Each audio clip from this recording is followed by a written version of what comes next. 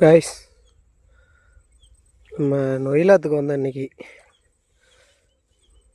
Morning நம்ம லுக்கானா reel டெட்லியன்ட்டு rod தண்ணி குறைஞ்சிருச்சு கைஸ்.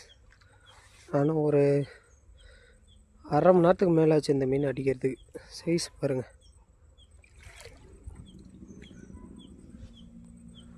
எல்லாம் ஒரு 1.5 கிலோவுக்கு மேலே வரும் கைஸ் தாராளமாக.